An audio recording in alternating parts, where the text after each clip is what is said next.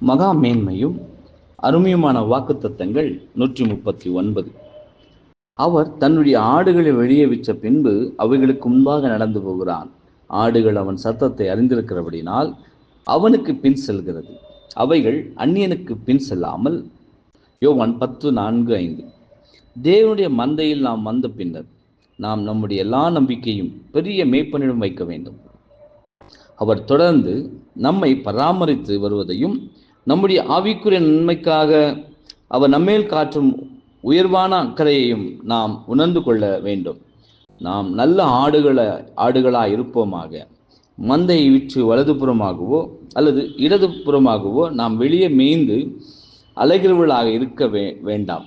அல்லது பசுமையான புல்வெளிகளையும் சுத்தமான தண்ணீர்களையும் விற்று வெளியே கவர்ந்தெடுக்கப்பட்டு ஒதுக்கு வழி அருகே உள்ள முட்செடிகளையும் விசேஷ செடிகளையும் மேயக்கூடாது. அல்லது சேறு கலந்த தண்ணீரையோ மனிதனின் யூகம் மற்றும் மாயக் கோட்பாடுகள் கலந்த கலப்பட தண்ணீரையோ குடிக்கக்கூடாது. நாம் கர்த்தருடைய உண்மையான ஆடுகளாய் இருப்போமானால் நாம் அவர் சத்தத்தை அறிவோம். நாம் அறிந்து கொள்வதில் தவறு செய்வதில்லை. உண்மையான ஆடு அவருடைய அழைப்பிற்கு உடனடியாக விடையளிக்கும்.